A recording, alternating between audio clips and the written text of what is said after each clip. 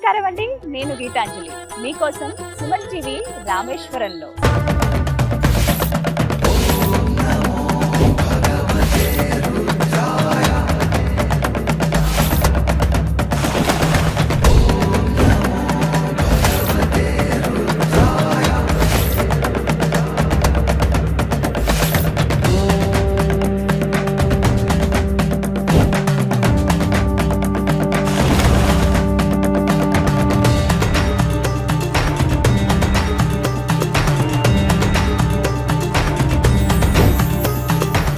రామేశ్వరంలో Suman TV. ఏ క్షేత్ర దర్శనంతో సకల పాపాలు హరిస్తాయో, ఏ క్షేత్ర దర్శనంతో శివకేశవుల అనుగ్రహం లభిస్తుందో అటువంటి సుప్రసిద్ధ క్షేత్రం 12 జ్యోతిర్లింగాల్లో ఒకటైన రామేశ్వరం.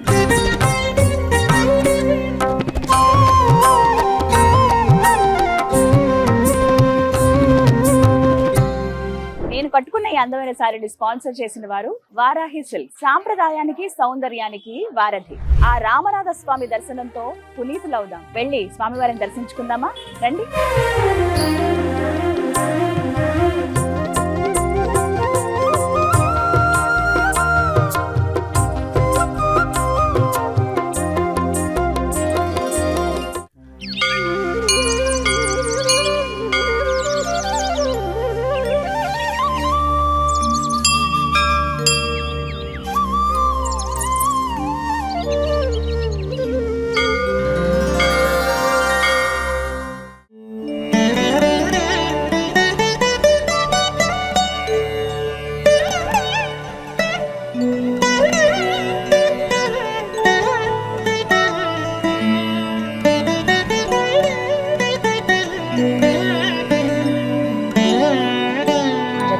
శ్రీమాత్రే నమః. అయ్యవారి దర్శనం అలాగే అమ్మవారి దర్శనం చాలా చక్కగా జరిగాయండి. ఇవాళ శుక్రవారం కావటం ఇంకా అమ్మవారికి ప్రత్యేక పూజలు చేస్తున్నారు. అక్కడ అమ్మవారికి పంచహారతులు ఇచ్చారండి. నక్షత్ర హారతితో పూర్తయింది హారతి. అలాగే కుంకుమ కూడా ఇచ్చారు, ధరించాను. చాలా సంతోషం. అలాగే రామనాథ స్వామి వారి కోవెలలో ప్రసాదాలు కూడా చాలా ప్రాముఖ్యత ఉందండి. ఎన్నో రకాలు ఉంటాయి ఇక్కడ. మీకు బోర్డులు చూపిస్తాను చూడండి. ఇగో లడ్డు, 2 లడ్డులు ఇస్తారు, 100 గ్రాములు 30 రూపాయలు. మురుకు, మామూలుగా మనకి జంతికలు అంటాం కదా మనం, మురుకులు అవి 100 గ్రాముల్లో ఉంటుంది. ప్యాకెట్స్ లోనే ఉంటాయి ఇవి, 40 రూపీస్. అదిరసం, అదిరసం అంటే ఒక అరిసెలాగా ఉంటుంది, అంటే వడ లాంటిది అనమాట. అది 2 ఉంటాయి, అవి కూడా 30 రూపాయలు. అన్ని రీజనబుల్ ప్రైస్ అండి. స్వీట్ పొంగల్ ఉంటుంది 20 రూపాయలు, పులిహోర ఒక 20 రూపాయలు ఉంటుంది. కరకండు అంటే కొంచెం పటిక బెల్లం లాగా ఉంటుంది, అది 15 రూపాయలు. అలాగే అప్పం 20 రూపాయలు ఉంటుంది. చాలా నామినల్ రీజనల్ ప్రైజెస్, అందరూ కొనుక్కునే విధంగానే ఉంటాయి. టికెట్లు కూడా అండి 50 రూపాయలు 100 రూపాయలు ఇలానే ఉంటాయి అనమాట. ఎక్కువ ఏం అనిపించవు అసలు. ఒకసారి ఇగో ఇంకా మంగళ వాయిద్యాలు అవుతున్నాయి. అమ్మవారికి ఇంకా పవళింపు సేవ ఉండబోతుంది మరి కాసేపట్లో. సో ఇంకా నేను మిగతావి కూడా చూద్దాం కదా అని అలా వచ్చేసాను అనమాట. చెప్తాను నా అనుభవం ఎలా ఉంది ఏంటి అనేది. మనకి ఇక్కడ వరకే పర్మిషన్ అండి, కెమెరా అంటే ఫోన్తో నేను ప్రస్తుతం అయితే తీస్తున్నాను. కొంచెం మనం బయటకు వెళ్ళిపోతే ఇంకా అక్కడి నుంచి ఫోటోలు తీసుకోవడం ఇక్కడ నుంచి పర్వాలేదు. మీకు అక్కడ అమ్మవారి బోర్డు కనబడుతుంది కదా, ఇక్కడ అమ్మవారి పేరు పర్వతవర్ధిని అమ్మని.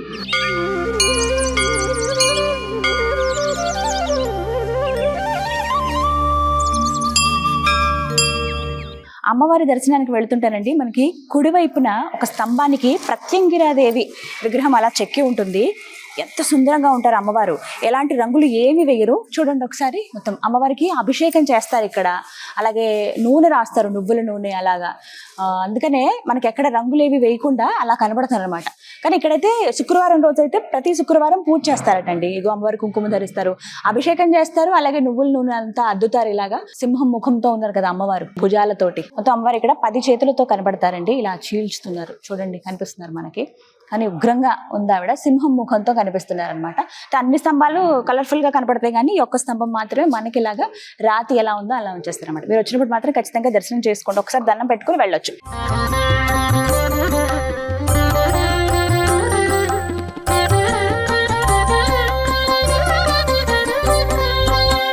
మహాదేవ శంభో శంకర. ఎంతటి అదృష్టం అండి, చాలా చక్కటి దర్శనం అయింది. మీకు లోపల నుంచి వస్తూనే కొన్ని విగ్రహాలు అవి చూపించాను కదా, ఇంకా పూర్తిగా బయటకు వచ్చేసాను. నేను వెళ్ళింది ఈస్ట్ ఎంట్రన్స్ నుంచి అండి. ఇప్పుడు నుంచి కూడా అదే. ప్రధానంగా స్వామి దగ్గరికి వెళ్ళాలంటే మార్గం ఇదే. 4 గేట్లు ఉంటాయి, ఈస్ట్, వెస్ట్, నార్త్, సౌత్ అని.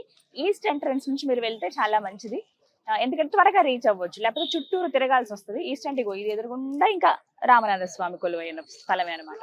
గర్భగుడి ఆ లోపలికి ఉంటుంది, కొంచెం నడవాలి మనం. ఒక 500 మీటర్లు ఉంటుందండి. అక్కడి నుంచి మనం అలా నడిస్తే లోపలికి వెళ్తే అక్కడ మనకి కొంచెం దూరం నుంచి కనిపిస్తారు. ఇంకా అక్కడి నుంచి నెమ్మదిగా అలా ముందుకు వెళ్ళి చూడొచ్చు అనమాట.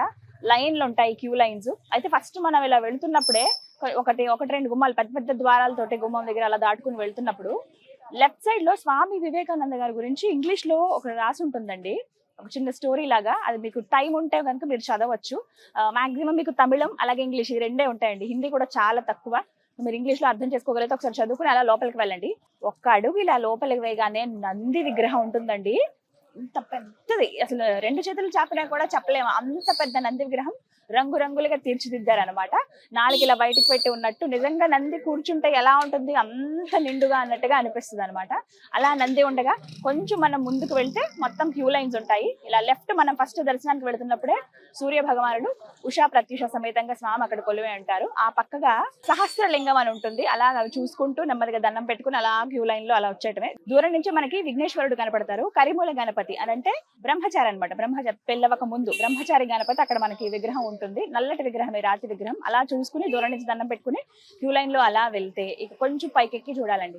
అక్కడి నుంచి ఉంటుందండి, కైలాసంలో అడుగు పెట్టామనే భావన కలుగుతుంది. నిజంగా చిన్న లింగమే, కానీ స్వయంగా శ్రీరాములు వారు ప్రతిష్ఠించినటువంటి లింగాన్ని మన కళ్ళారా చూడటం అనేది ఒక మహద్భాగ్యం అండి.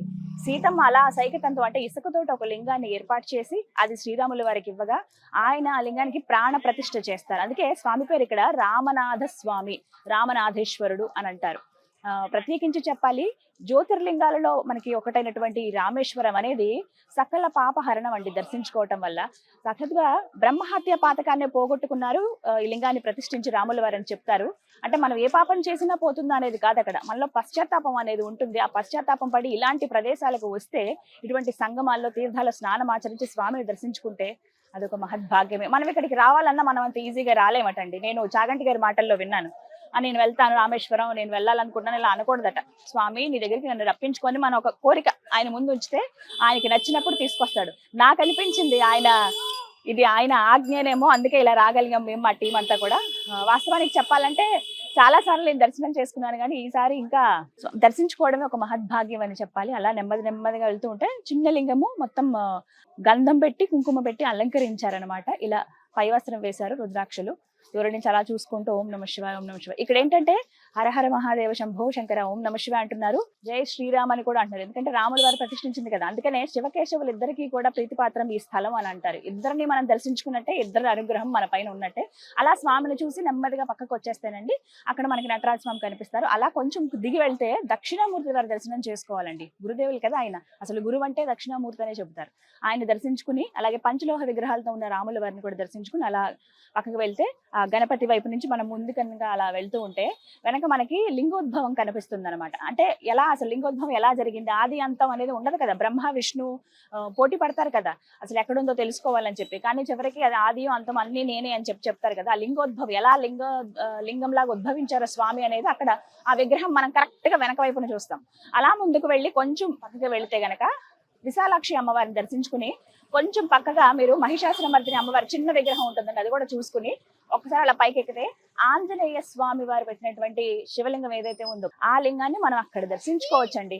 అక్కడ అలా చూసుకుని తర్వాత అలాగే శివదుర్గ అమ్మవారిని కూడా దర్శించుకుని అన్నపూర్ణాదేవిని దర్శించుకుని అలా బయటికి వచ్చేయచ్చు అనమాట. ఇక అక్కడ నాకైతే ఏనుగు కనిపించిందండి, రామలక్ష్మి అట పేరు, ఆలయానికి సంబంధించిందే. అరటిపళ్ళు ఉంటే అరటిపళ్ళు పెట్టాను, చక్కగా భలే ముచ్చటగా ఉంది. రామలక్ష్మి పేరు ఇలా ఉంది, మొత్తం బొట్టు అవన్నీ పెట్టారు, బుజ్జిగా ఉంది, చాలా చిన్నది అనుకుంటా. మరి అంత వయసు అయితే కాదు, పెద్ద ఏనుగైతే కాదు. కాకపోతే ఫోటోలు అవి తీయడానికి కష్టమైంది. నేను సాధ్యమైనంత వరకు తీయగలిగాను, ఎందుకంటే మనం కొన్ని గౌరవించాలి కాబట్టి ఆలయంలో. అలా ఆ తర్వాత అమ్మవారి దగ్గరికి పక్కన రూట్ ఉంటుందండి, అక్కడి నుంచి వెళ్ళొచ్చు. ఇక్కడ అమ్మవారి పేరు పర్వతవర్ధిని, పర్వతరాజు పుత్రిక కదా ఆవిడ, పర్వతవర్ధిని అమ్మవారు. అయితే ఇక్కడ స్పెషల్ ఏంటో తెలుసా, మామూలుగా అమ్మవారు ఏంటంటే కూర్చుని ఉంటారు అలాగే దీవిస్తూ, ఆమె ఆ భంగిమలో ఆమె కూర్చుని ఉంటుంది కదా, కానీ ఇక్కడ ఏంటంటే నిలబడి ఉంటారు. ఆవిడ నిలబడి ఉంది, రాతిలోనే ఉంటుంది విగ్రహం, పచ్చటి చీరతో అలాగే పుష్పాలతోటి అలంకరించారు అమ్మవారిని. అలా అమ్మని చూసుకుని నెమ్మదిగా బయటకు వస్తుంటే ఇవాళ శుక్రవారం, ఈ ప్రత్యేకం అంటే ప్రతి శుక్రవారం ఇక్కడ శ్రీ రామనాథ స్వామి కోవెలలో చాలా విశేషంగా పూజలు జరుగుతాయండి. అమ్మవారి ఉత్సవమూర్తిని తీసుకువచ్చి పూజలు చేసి శుక్రవారం రోజున అలాగే అభిషేకాలు అవన్నీ నిర్వహించి అలంకరించి ఊరేగిస్తారన్నమాట. మొత్తం ఊరేగింపు ఉంటుందన్నమాట. పల్లకిలో ఊరేగిస్తారు అమ్మవారిని ఆలయం చుట్టూ. ఆ తర్వాత పంచహారతులు ఇస్తారు. సరిగ్గా అదే సమయానికి నేను వెళ్ళాను. పంచహారతి చూసుకున్న తర్వాత శ్రీచక్ర అమ్మవారి ముందు ఏదైతే ఉందో అక్కడ కుంకుమార్చన చేశారు. ఆ కుంకుమ అందరికీ ఇచ్చారు. అది నిజంగా ఒక అదృష్టమే, నేనైతే పెట్టుకున్నాను. శుక్రవారం రావడం అనేది ఒక ప్లస్ పాయింట్. మీరు కనుక ఎప్పుడైనా వస్తే చూసుకోండి, ఒకవేళ కుదిరితే శుక్రవారం రండి. అలా అమ్మవారి పూజలో కూడా మీరు పాల్గొనొచ్చు అనమాట. విశేష పూజలు ఉంటాయి. 100 రూపాయలు 200 రూపాయలు ఉంటుందండి టికెట్, అంతకన్నా ఎక్కువే ఉండదు. అలాగే అన్నదానం కూడా ఆలయంలోనే ఎప్పుడు ఫ్రీయే ఉంటుంది. ఒకవేళ మీరు అన్నదానంలో పాల్గొనాలనుకుంటే ఉదయం 7 గంటల నుంచి 7-8 నుంచి వస్తే కనుక ఏదో ఒక ప్రసాదం అది తీసుకోవచ్చు. లేదంటే కనుక ఇంకా మీరు వేరే మధ్యాహ్నం 12 అనుకోండి, అప్పుడు అన్న ప్రసాదం కూడా స్వీకరించవచ్చు అనమాట. అలా అన్ని చూసుకుంటూ వచ్చిన తర్వాత ముందుగా మనం వెళ్ళేటప్పుడే వినాయకుడు సుబ్రహ్మణ్య స్వామి అండి, ఇది ఒకటి చెప్పాలి. ప్రతి ఎంట్రన్స్ దగ్గర వినాయకుడు సుబ్రహ్మణ్య స్వామిని చూస్తాం. అలాగే ఇక్కడ కూడా పెద్ద గణపతి ఉంటారు ముందు, తర్వాత సుబ్రహ్మణ్య స్వామి. ఇవాళ మేము వెళ్ళిన రోజు సుబ్రహ్మణ్య స్వామి కళ్యాణం జరిగింది, వల్లి దేవసేన సమేత సుబ్రహ్మణ్య స్వామి కళ్యాణం. అక్కడ మాకు కళ్యాణం జరిగిన తర్వాత ప్రసాదం కూడా ఇచ్చారండి, రవ్వ కేసరి. మామూలుగా మనం కొనుక్కునే ప్రసాదం వేరు, మీకు చూపించాను కదా ప్రసాదాలు ఏమేమి ఉంటాయి, చాలా 30 రూపాయలు 20 రూపాయలు ఉంటాయి. కానీ అక్కడ ఇచ్చిన ప్రసాదం వేరు కదా, స్వామి దగ్గరది. ఇవాళ కళ్యాణం జరిగిందని చెప్పి ఇచ్చారు. తర్వాత పూలమాలలు అవన్నీ ఇచ్చారు. చాలా సంతోషం అనిపించింది నాకైతే. చాలా చక్కటి దర్శనం అయితే జరిగిందండి. దర్శనం సమయాలు చెప్తున్నాను చూడండి. ఉదయం 7 గంటల నుంచి మీరు ప్రారంభిస్తే గనక పొద్దున్నే 5 నుంచి 6 వరకు స్ఫటికలింగ దర్శనం ఉంటుంది. ఆ తర్వాత గంట గ్యాప్ ఇచ్చి 7 గంటల నుంచి 1 గంట వరకు, మళ్ళీ 3:30 నుంచి 8 గంటల వరకు మాత్రమే ఉంటుంది. అయితే ఇవాళ శుక్రవారం కావడంతో వీకెండ్స్ లో ఏంటంటే కొంచెం ఒక అరగంట ఎక్కువగా 3:30 నుంచి 8:30 వరకు దర్శనాలు చేసుకోవచ్చు. ఈ సమయాలు ఒకటి మీరు గుర్తుపెట్టుకుని వస్తే చక్కగా దర్శనం చేసుకోవచ్చు. అసలు ఆలయం చూడాలంటే చాలా సమయం పడుతుందండి. నేను ఈస్ట్ గేట్ నుంచి వెళ్ళి ఈస్ట్ గేట్ తోనే మళ్ళీ వెనక్కి వచ్చేసాను. వెస్ట్ గేట్ అయితే అది ఎగ్జిట్ అనమాట పూర్తిగా. నార్త్ గేట్ అయితే 22 బావుల స్నానాలకు వెళ్ళడానికి అటు నుంచి వెళ్ళాలి. సౌత్ గేట్ అయితే ఈ 22 బావుల స్నానాలు ఎవరైతే ఆచరిస్తారో వాళ్ళు బట్టలు మార్చుకున్నారు, తడి బట్టలతో స్వామిని చూడకూడదు, అందుకని అలౌ చేయరు. అలాగా వాళ్ళు బట్టలు మార్చుకోవడానికి సౌత్ గేట్ దగ్గర ఉంటాయన్నమాట అన్ని ఏర్పాట్లు. అలా మొత్తంగా ఆలయం అంతా చూసేయచ్చు. మీకు ఒక పూట పడుతుంది, రండి స్వామిని దర్శించుకోండి.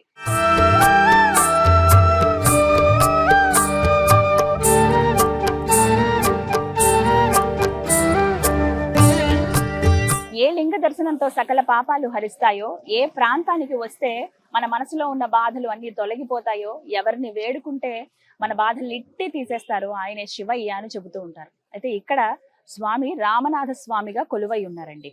అందరికీ తెలిసిన కదా అసలు రామనాథ స్వామి ఎవరు, ఎలా విగ్రహ ప్రతిష్టాపన అందరికీ తెలిసిందేనండి. అసలు రామనాథ స్వామి ఎవరు అని అంటే జ్యోతిర్లింగాలలో ఒక క్షేత్రం ఇది. స్వామి జ్యోతిర్లింగాల్లో ఒక్కరిగా ఉన్నారు. అయితే శ్రీరామచంద్రుడు వారు తెలుసు కదా, సీతాపహరణం తర్వాత అది యుద్ధమే జరుగుతుంది.